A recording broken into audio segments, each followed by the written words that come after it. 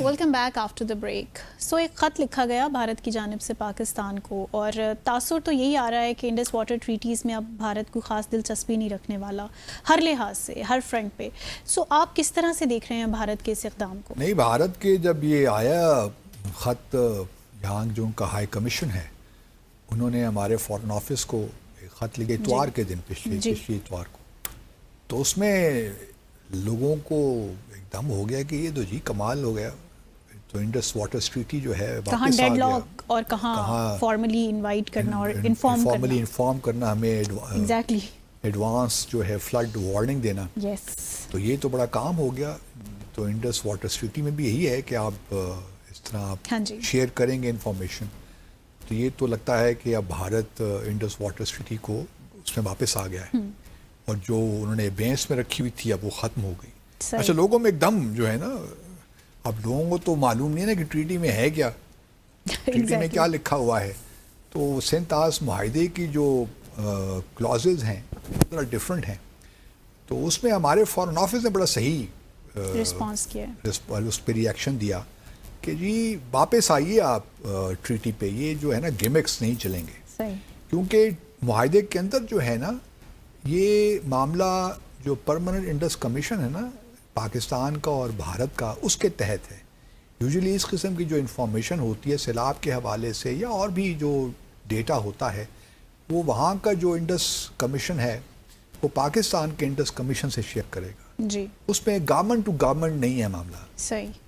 حالانکہ وہ کمیشن بھی ان کے انڈر ہی آتے ہیں، لیکن ایک طریقہ کار ہے، ایک پروسیجر ایک لے آؤٹ ہے جو ڈیفائنڈ ہے، جو ہم نے ویل ڈیفائنڈ ہے، جو ٹریٹی کے اندر موجود ہے. تو اس کے تحت اگر اس قسم کی وارننگ بھی آپ نے دینی تھی فلڈس کے حوالے سے، تو وہ بھارت کا جو انڈس کمیشن ہے وہ پاکستان کے انڈس کمیشن کو بتائے گا کہ جی ہم یہ توقع رکھ رہے ہیں، بارشیں ہو رہی ہیں، اب سیلابی صورتحال بن گئی ہے، تو ہم آپ کو پہلے سے مطلع کر رہے ہیں. صحیح. لیکن یہاں پہ الٹا کام ہو گیا، انہوں نے بھارت کے ہائی کمیشن کے تھرو ہماری وزارت خارجہ کو بتا دیا. صحیح. تو اب اس پہلے لوگوں کو تو یہ معلوم نہیں تھا نا، تو انہوں نے غلط اس سے انفرنس لیا. تو ہماری وزارت خارجہ نے بالکل صحیح چیزوں کو صحیح پرسپیکٹو میں رکھ کے کہہ دیا بھارت کو کہ جی آپ یہ چھوڑیے، آپ جو پروویژنس ہیں انڈس واٹر ٹریٹی اس کو کمپلائی کیجیے، رادر دین کہ اس قسم کی چیزیں آپ کی. اب بھارت نے یہ کیوں کیا؟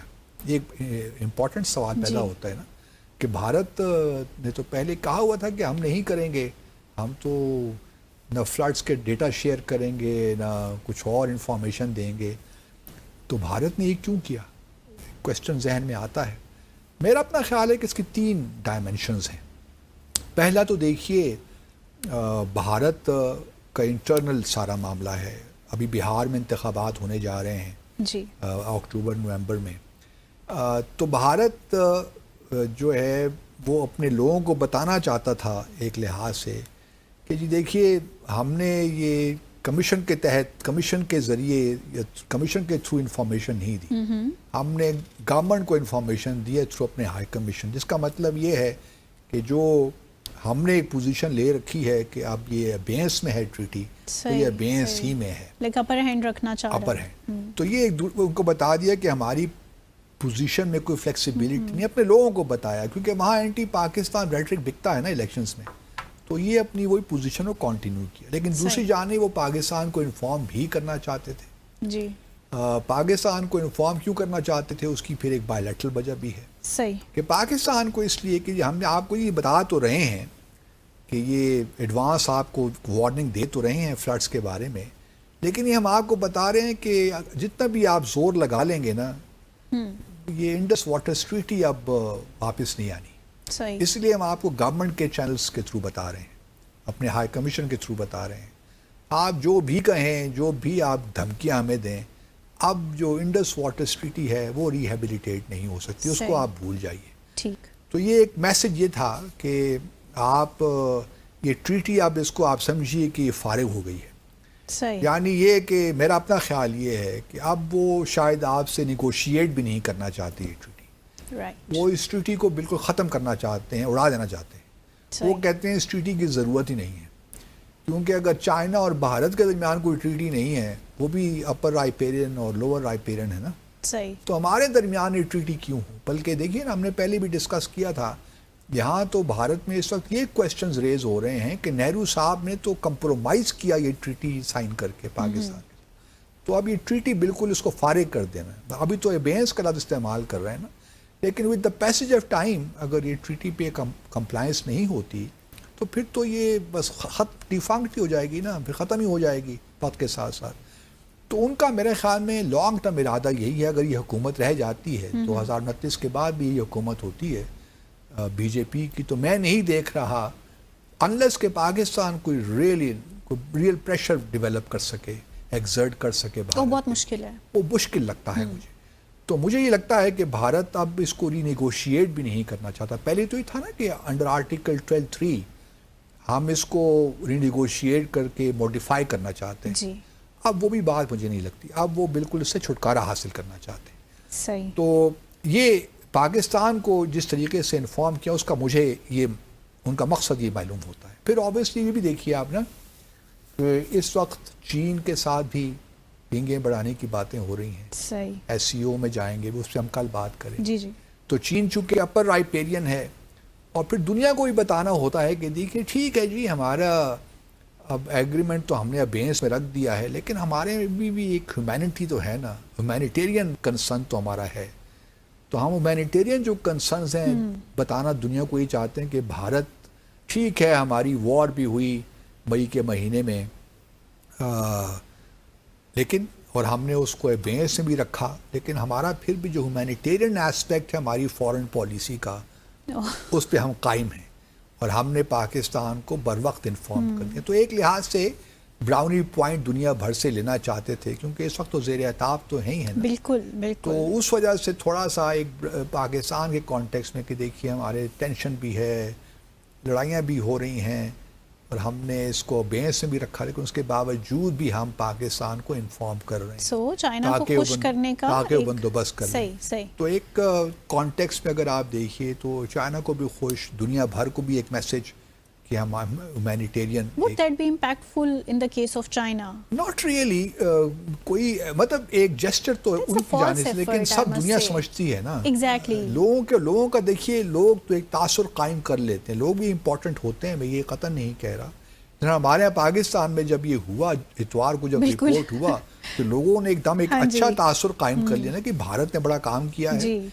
تو لوگوں کی حد تک تو ایک تاثر اچھا قائم ہو جاتا ہے، لیکن گورنمنٹ جو آفیشلز ڈیل کر رہے ہوتے ہیں معاملات سے، ان کا ذرا کانٹیکس اور ان کا پرسپیکٹیو ذرا مختلف ہوتا ہے. صحیح.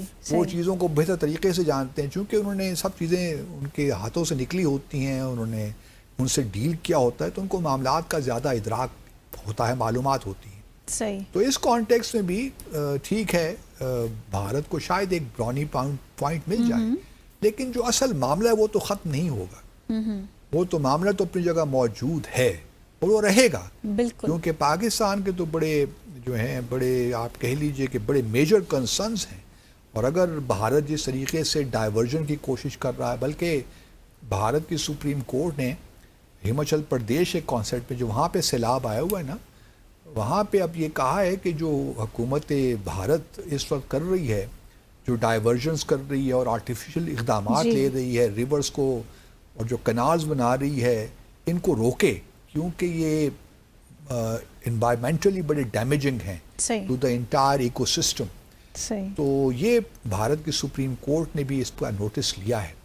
اب آیا بھارت وہ تمام کام کرتا جائے گا جو کہ اس ٹریٹی کے خلاف ہیں؟ میرا اپنا خیال یہ ہے کہ ابھی مجھے کوئی ہنڈرنس نظر نہیں آ رہی. سچی بات یہ ہے، ہنڈرنس ایز مطلب بھارت کوئی رکاوٹ اس میں نظر نہیں آ رہی اس کو کرنے میں، کیونکہ اس کے خیال میں چونکہ اگر جیسا میں نے پہلے ذکر کیا، اگر چین اور بھارت بغیر ٹریٹی کے رہ سکتے ہیں، تو پاکستان اور بھارت بھی اس کے بغیر یہ سارے جو معاملات ہیں انڈس واٹر ٹریٹی سے جڑے ہوئے ان کو ہینڈل کر سکتا ہے. تو اس لیے کوئی ضرورت نہیں ہے کہ ہم انڈس واٹر ٹریٹی کو بچائیں. اب پاکستان کیا کر سکتا ہے انڈس واٹر ٹریٹی؟ کیا آپشنز ہیں ہمارے پاس؟ کیا آپشنز ہیں؟ یہ بڑا اہم سوال ہے. سچی بات ہے کہ کوئی جواب اس کا نظر نہیں آتا. کس طرح پاکستان، دیکھیے ٹھیک ہے، بہت سے آئی سی جے میں بھی فیصلے ہیں اور پھر جو ایگریمنٹ ہے اس میں بھی کلازز بڑی کلیئر ہیں کہ آپ اس ٹریٹی کو یک طرفہ طور پہ ختم نہیں کر سکتے.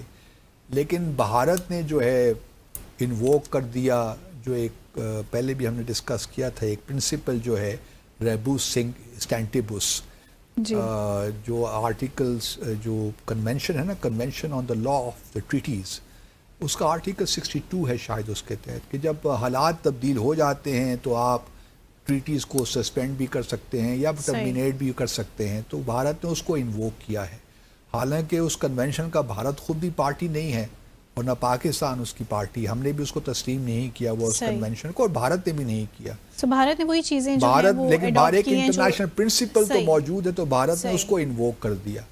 تو یہ اب دیکھنا یہ ہے کہ ہمارے پاس کیا آپشن رہ جاتے ہیں. ایک تو ہم معاملہ لے کر جائیں یو این سیکیورٹی کونسل میں لے کر جائیں یا پھر ICJ میں لے کر جائیں لیکن اس کا بھی کوئی فرق نہیں پڑنے والا. یونائیٹڈ نیشن سیکیورٹی کونسل میں تو بہت بھارت کے بھی کچھ نہ کچھ فرانس جیسا ملک بیٹھا ہے جو کہ ویٹو کر سکتا ہے.